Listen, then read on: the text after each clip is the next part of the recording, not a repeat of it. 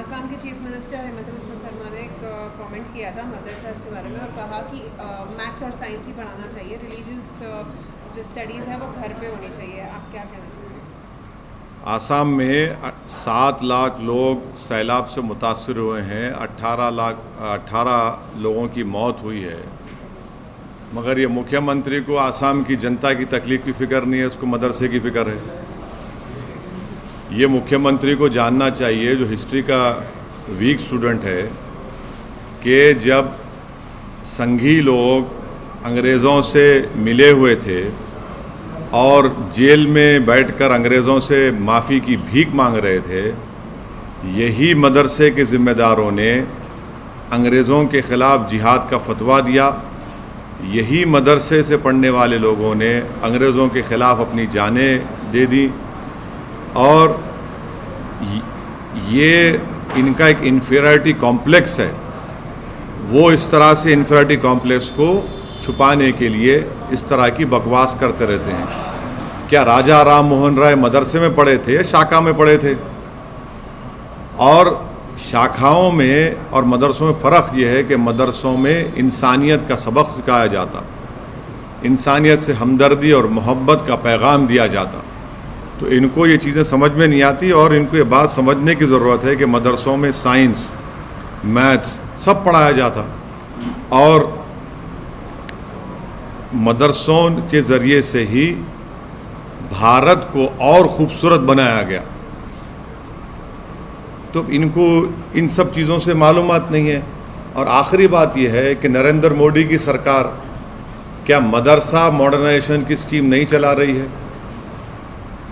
क्या सालाना भारत की पार्लियामेंट में उसका बजट मंजूर नहीं होता है क्या? तो इनको सिर्फ मुसलमानों से और इस्लाम से नफरत है, ये खुल के आ गया उनकी ज़बान पर। लेकिन सर अब राजस्थान में भी सेम कंट्रोवर्सी, वही जवाब है। देखिए, मोदी सरकार में क्या मदरसा मॉडर्नाइजेशन स्कीम नहीं है? क्या मुख्तार अब्बास नकवी उसके मंत्री नहीं हैं? आप मुसलमानों से, इस्लाम से नफरत करते, इसीलिए इस तरह से आप ये अनाप शनाप बकते रहते हैं। सर, आपने ट्वीट किया मुग़लों से भारत के मुसलमानों का कोई रिश्ता नहीं है, लेकिन ये बताओ कि मुग़ल बादशाहों की बीवियाँ कौन थी? और उसके ऊपर अमित मौलवी ने कहा है कि दिस इज क्रॉस सेक्सिज्म। तो ये क्या विषय था, क्या बोलना चाह रहे थे सर आप? वो आप बोलते रहता, उन्हें बच्चा है, उसके बातों पे क्या बोलना। अच्छा, ये ट्वीट के बारे में बताइए सर। क्या पूरी स्पीच है? स्पीच सुनो, समझ में आता। नहीं, ये पर्टिकुलर कोट जो आप नहीं, आप स्पीच सुनिए। इतना पीस जो है काफ़ी नहीं, आप स्पीच सुन लीजिए। हाँ, मैं मुग़लों को ज़िम्मेदार करार देता हूँ पेट्रोल की कीमत का, बल्कि औरंगज़ेब ज़िम्मेदार है पेट्रोल डीज़ल की कीमत का। बादशाह अकबर ज़िम्मेदार है कीमतों में इजाफ़ा होने का, और शाहजहाँ ज़िम्मेदार है नौजवानों में बेरोज़गारी का। इसको मानता हूँ। लेकिन सर अब तो पेट्रोल डीजल के दाम कम हो गए। नहीं, वो भी जिम्मेदारी उन पे आ जाती है। मुग़लों की वजह से ये प्रॉब्लम है। औरंगज़ेब की वजह से पेट्रोल की कीमत में इजाफा हो गया और अकबर की वजह से कीमतें बढ़ गई, बादशाह अकबर की वजह से, और शाहजहाँ की वजह से नौजवान बेरोजगार। लेकिन प्रधानमंत्री की वजह से पेट्रोल और डीजल के दाम नहीं, प्रधानमंत्री जिम्मेदारी नहीं है इसकी, मुग़ल जिम्मेदार।